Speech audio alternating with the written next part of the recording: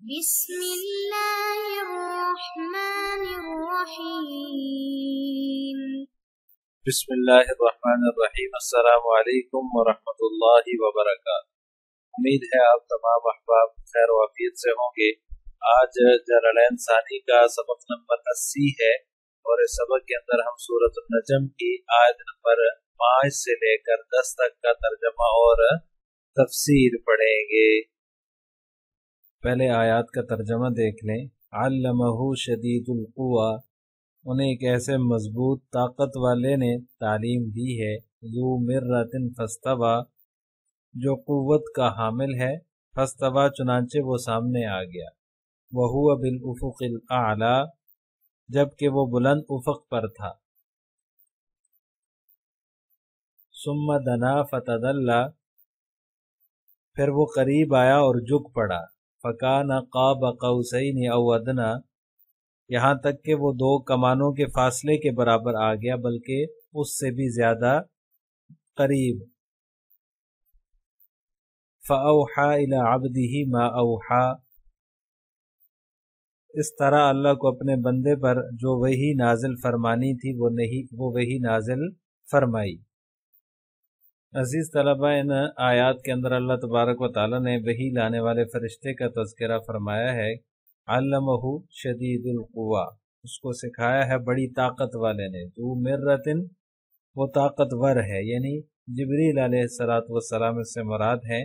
انہوں نے آپ کو یہ قرآن سکھایا ہے جو بڑے قوت والے ہیں۔ اس میں اس احتمال کی تردید اللہ تبارک و تعالیٰ نے فرمائی ہے کہ جبریل علیہ السلام اللہ تعالیٰ کی طرف سے وحی لے کر چلے ہوں اور درمیان میں کوئی دوسری مخلوق یعنی کہ شیطان وغیرہ پیش آ گیا ہو اور اس نے صحیح طور پر وحی پہنچانے سے ان کو باز رکھا ہو۔ تو ارشاد فرمایا کہ وحی لانے والا فرشتہ بڑی قوت والا ہے، بڑا طاقتور ہے، اس کے پیغام پہنچانے میں کوئی بھی مانع نہیں ہو سکتا، یعنی کوئی بھی اس میں جو ہے وہ خلل نہیں ڈال سکتا۔ وہ فرشتہ بڑا ہی طاقتور ہے اور بڑا ہی جو ہے وہ بہادر ہے اور طاقت والا ہے، اس سے کوئی بھی جو ہے وہ اس میں خلل نہیں ڈال سکتا۔ وہ فرشتہ کون ہے؟ حضرت جبریل علیہ السلام۔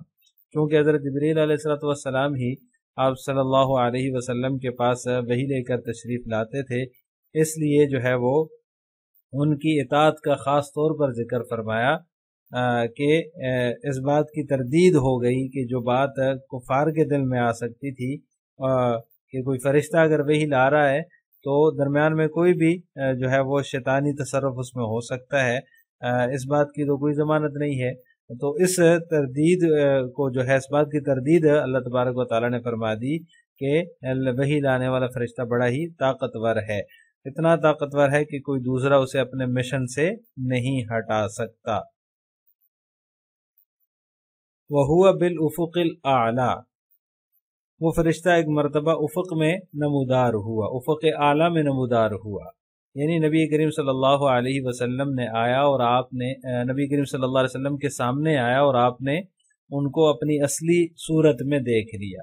حضرت جبریل علیہ السلام جو ہے وہ آپ صلی اللہ علیہ وسلم کے پاس انسانی صورت میں تشریف لاتے تھے اور وحی سنا کر چلے جاتے تھے۔ ایک مرتبہ آپ صلی اللہ علیہ وسلم نے ان سے فرمائش کی کہ آپ مجھے اپنی اصلی صورت دکھا دیں، تو حضرت جبریل علیہ السلام ایسے وقت میں اپنی اصلی صورت میں ظاہر ہوئے جب آپ صلی اللہ علیہ وسلم ہرا پہاڑ پر تھے، اور بعض روایات میں آتا ہے کہ مکہ معظمہ کے اندر جو اجیاد کا محلہ ہے وہاں تشریف فرما تھے۔ تو آپ صلی اللہ علیہ وسلم نے حضرت جبریل علیہ السلام کو مشرقی افق میں دیکھا، ان کے 600 بازو تھے اور اس قدر پھیلے ہوئے تھے کہ مغربی افق تک کو گھیر رکھا تھا۔ رسول اللہ صلی اللہ علیہ وسلم ان کو دیکھ کر اپنی اصلی شکل میں بے ہوش ہو کر گر پڑے۔ اسی وقت حضرت جبریل علیہ السلام جو ہے وہ انسانی شکل میں آپ کے پاس پہنچے اور آپ صلی اللہ علیہ وسلم کو اٹھایا اور جو ہے وہ چہرہ مبارک سے جو ہے وہ غبار صاف کیا۔ اسی کے نزدیک آنے کو ثم دنا فتدلی کے اندر اللہ تبارک و تعالیٰ نے بیان کیا ہے۔ پھر وہ قریب آیا، پھر وہ نیچے آیا، فکان قاب قوسین او ادنا، اور اتنا قریب ہو گیا جیسے دو کمانوں کے قریب کے درمیان جو ہے وہ قرب ہوتا ہے۔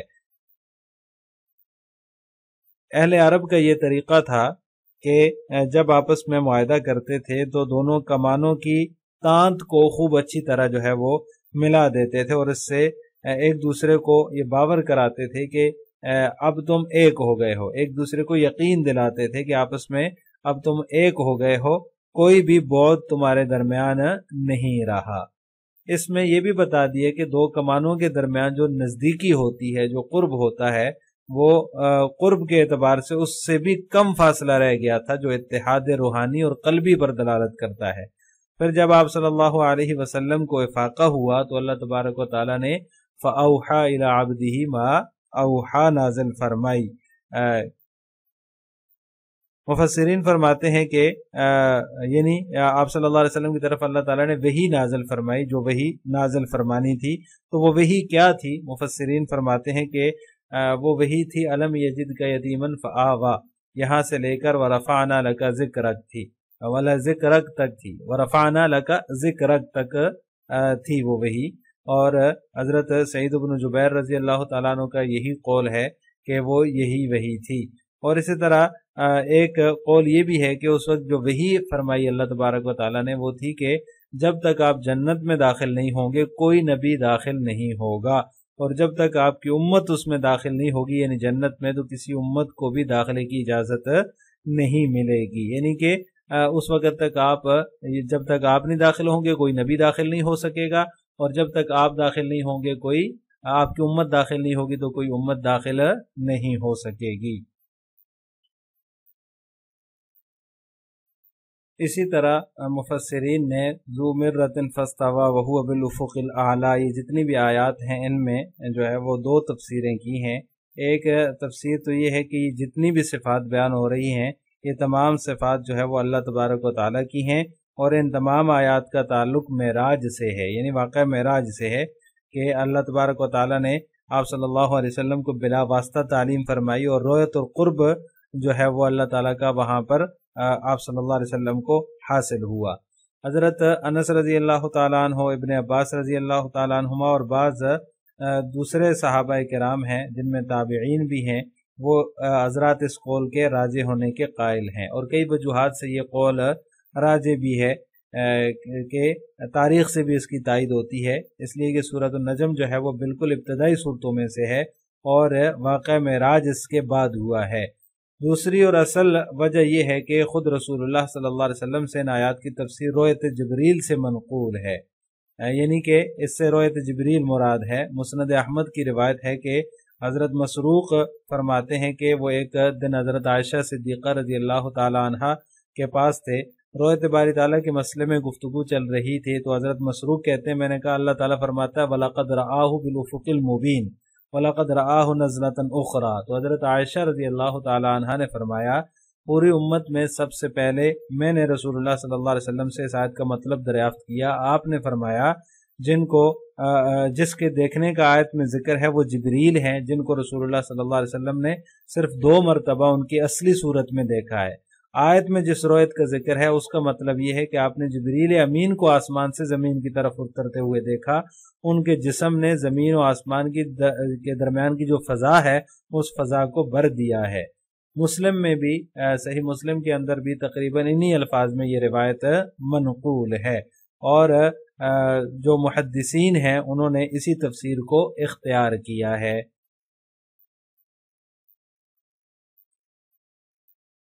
اب ان آیات کی تفسیر جلالین ملاحظہ ہو، علمہ ایاہ ملکن، سکھائی ہے وہ وحی جس وحی کا پچھلی آیت میں ذکر ہے، ان ہوا الا وحی یوحا، وہ وحی سکھائی ہے یا تعلیم دی ہے اس وحی کی ان کو ایک فرشتے نے، شدید القوہ جو بڑا ہی طاقتور ہے، ذو مرتن زوراور ہے، یعنی قوت و شدت، مرتن کا معنی کیا قوت و شدت یعنی قوت اور شدت والا ہے، آئی منظر حسن اور حسین المنظر ہے، آئی جبریل یعنی وہ جبریل علیہ السلام ہیں جنہوں نے آپ صلی اللہ علیہ وسلم کو وحی سکھائی ہے۔ مرتن قوت باطنی کو کہا جاتا ہے، جیسے عزم ہو اور بعض حضرات نے مرتن سے علم اور بعض حضرات نے حسن و جمال مراد لیا ہے۔ مصنف نے بھی منظر حسن کہہ کر اسی معنی کی طرف اشارہ کیا ہے۔ اور شدید القوا ظاہری قوت ہے، یعنی اللہ تبارک و تعالیٰ نے حضرت جبریل علیہ السلام کو ظاہری اور قوت باطنی بدرجہ عطم عطا فرمائی تھی۔ فاستوى استقرا، فاستوى کا معنی جو ہے وہ مصنف نے کیا پھر وہ سیدھا کھڑا ہوا یعنی کہ ٹھہر گیا۔ وهو بالافق الاعلی، حال یہ ہے کہ وہ بالائی افق پر تھا۔ افق الشمس ای عند مطلعها على صورته التي خلق عليها، یعنی مصنف رحمہ اللہ تعالیٰ اس کی تفسیر بیان فرما رہے ہیں کہ جو ہے وہ طلوع شمس کی جگہ اپنی اصلی صورت پر جس پر اس کو پیدا کیا گیا اس جو ہے وہ بالائی افق پر تھا جہاں سے سورج جو ہے وہ طلوع ہوتا ہے۔ فرآہ النبی صلی اللہ علیہ وسلم وکان بحراء، اور آپ صلی اللہ علیہ وسلم حرا کے مقام پر تھے، غار حرا کے پاس تھے، حرا پہاڑ پر تھے جب آپ صلی اللہ علیہ وسلم نے اس کو دیکھا۔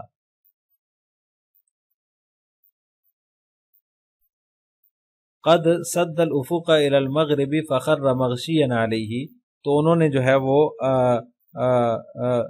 جانب مغرب تک اس افق کو بر دیا۔ فخر مغشیا علیہ، تو آپ صلی اللہ علیہ وسلم بے ہوش ہو کر گر پڑے۔ وکان قد سالہ ان یریہ نفسہ علی صورتہ التي خلق علیہا فوعدہ بحراء فنزل جبریل علیہ السلام فی صورت الآدمیین۔ مصنف فرماتے ہیں کہ آپ صلی اللہ علیہ وسلم نے جبریل علیہ السلام سے سوال کیا تھا کہ وہ انہیں خود کو اپنی اس صورت میں دکھائیں جس پر ان کو پیدا کیا گیا ہے۔ تو فوعدہ بحراء، تو حضرت جبریل علیہ السلام نے آپ سے حرا میں اس کا وعدہ کر لیا۔ فنزل جبریل علیہ السلام فی صورت الآدمیین، پھر حضرت جبریل علیہ السلام نے انسانی شکل میں نزول فرمایا۔ ثم دنا قرب منہ، پھر قریب ہوئے، یعنی کہ آپ صلی اللہ علیہ وسلم کے قریب ہوئے۔ فتدلى، اور پھر وہ نیچے اتر آئے، یعنی حضرت جبریل علیہ السلام نیچے اتر آئے۔ زاد فی القرب، یعنی کہ قرب کے اندر وہ جو ہے وہ زیادہ قریب ہوئے، قرب میں زیادتی کی زیادہ قریب ہوئے۔ فکان منہ قاب قدر قوسین او ادنا، تو وہ ان سے یعنی کہ آپ صلی اللہ علیہ وسلم سے 2 کمانوں کی قوسین، 2 کمانوں کی قابہ بقدر جو ہے وہ یا اس سے بھی او ادنا یا اس سے بھی زیادہ قریب ہو گیا۔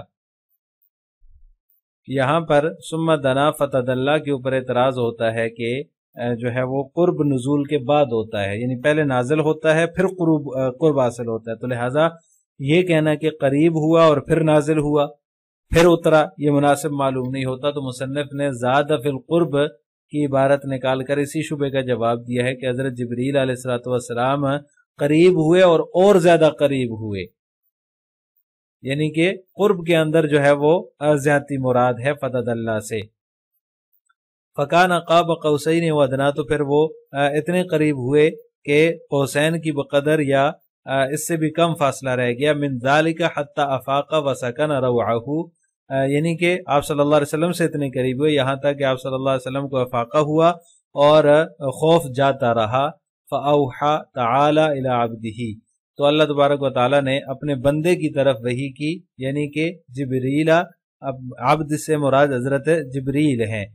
ما اوحا، جو وحی کی، جو انہوں نے آگے پہنچا دی، جبریل الی النبی صلی اللہ علیہ وسلم، کہ جبریل علیہ السلام نے آپ صلی اللہ علیہ وسلم کو پہنچا دی۔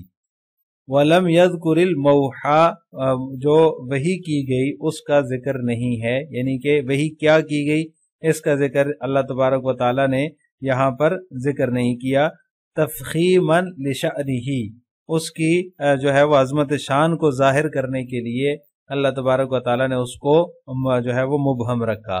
تو اس کی تفسیر میں جو ہے وہ پہلے میں ذکر کر چکا ہوں کہ اس جو ہے وہ وحی سے کون سی وحی مراد تھی۔ ایک قول یہ ہے کہ جو ہے وہ علم یجد کا یتیمن فآویٰ سے لے کر علم نشرح لک صدرک تک وحی مراد ہے کہ یہ آپ کی طرف وحی کی گئی، اور دوسرا قول یہ ہے کہ آپ صلی اللہ علیہ وسلم کو یہ وحی کی گئی کہ آپ سب سے پہلے جنت میں داخل ہوں گے، آپ سے پہلے کوئی نبی داخل نہیں ہوگا، اور آپ کی امت سب سے پہلے جنت میں داخل ہوگی، کوئی بھی امت آپ کی امت سے پہلے جنت میں داخل نہیں ہوگی۔ تو اس وحی کو اس کی عظمت شان کو ظاہر کرنے کے لیے اللہ تبارک و تعالیٰ نے جو ہے وہ مبہم رکھا، موحا بھی کا ذکر نہیں ہے، یعنی وحی کس چیز کی گئی اس کا ذکر اللہ تبارک و تعالیٰ نے یہاں نہیں فرمایا۔ آخر میں آپ حضرات سے 2 سوال ہیں۔ نمبر 1، شدید القوا سے کون مراد ہے؟ نمبر 2، وہو بالافق الاعلی میں کس اعتراض کا جواب ہے؟ ان دونوں سوالوں کا جواب آپ نے کمنٹ باکس میں دینا ہے۔ السلام علیکم ورحمۃ